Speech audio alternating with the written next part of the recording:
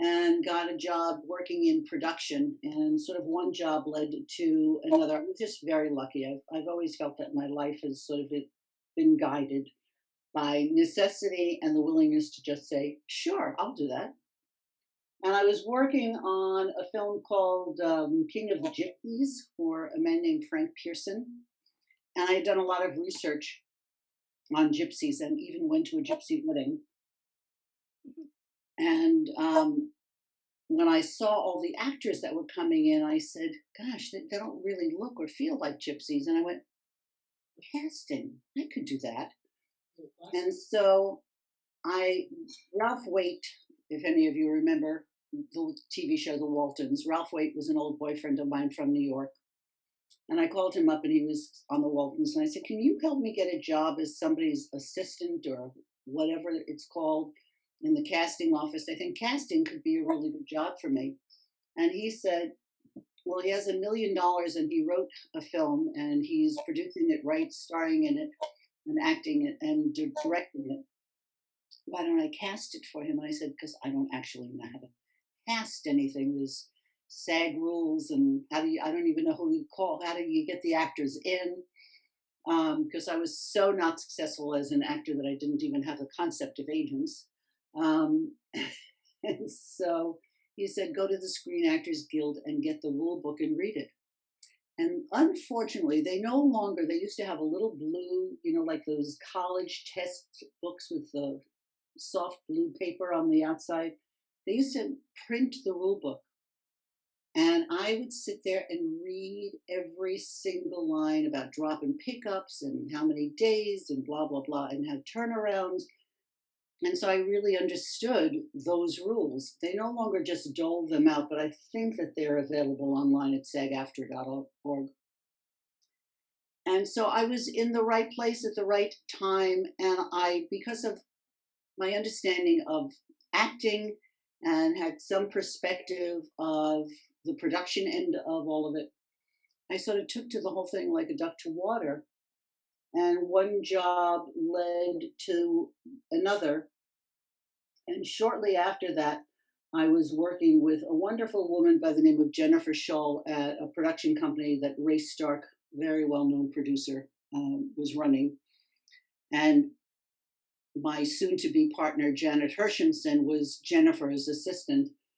And I came in at the tail end of working on a picture that she was working on. And then Francis Coppola called her because she had worked with Francis earlier on. And Francis was just moving down from San Francisco to start Zoetrope Studios down here. And he wanted Jennifer to set up sort of an old-fashioned studio casting department where we would find acting students and make them extras and sort of nurture people along. And she looked at me and said, would you be interested in working for Francis Coppola? I said, oh, wait, let me think about that. Yes, okay. And so Janet and Jennifer were finishing up a movie at Ray Stark, and I was sort of in the avant-garde of starting over at Zoetrope, and started working on the movie Hammett that they were working on. And then they came over and joined me, and the rest is, they say, I was in the right place at the right time. And because we were Francis's casting girls, there were other people that called and said, I need a casting director. Who can you recommend? And inevitably, both Francis and Fred Roos, Fred Roos was a very well-known casting director and had become Francis's producer. And people would call Fred and say, I need a casting director. He'd say, oh, just hire Jane and Janet. And they did. It was just absolutely amazing. So that's how I started to cast all of Ron Howard's movies and Rob Reiner's movies, and my partner Janet was doing all of Chris Columbus's movies. And, it was just, we always refer to the time at Zoetrope, which was two wild and wacky, insane, and incredibly inspiring years, as the University of Zoetrope. We were surrounded by extraordinary people. The director, Michael Powell, who had directed the movie The Red Shoes, was a director emeritus, and all these people were hanging around the studio, and if you wanted to talk to them about anything, they were there to. It was really like open season for talking to all these people. So it was an incredible time. And when the studio was financially collapsing, as it did, Jennifer had an offer to go back to Ray Stark and run the casting department at Columbia Studios. And Janet and I literally hung out a little shingle that said "The Casting Company" and rented a little office. And people called us, and we got jobs, and they were really good jobs, and we did a good job. And so, we had a nice little 40-year run of a career. So I am no longer casting.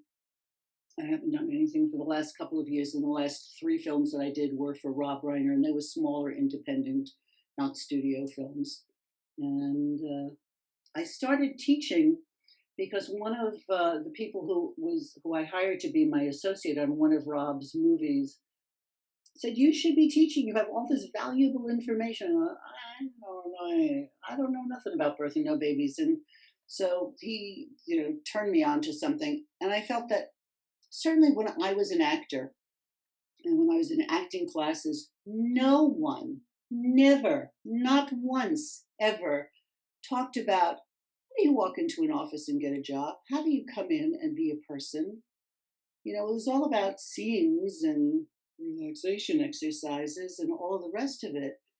But all of that goes right out the window when you are confronted with a group of total strangers in a room who say, "Okay, act now." How do you just walk in and be a human being? And so that's really what I hope to transfer to you is not so much acting techniques. That's not, I'm not Lee Strasberg or Sanford Meisner, although I think that there's a lot of value in all of that.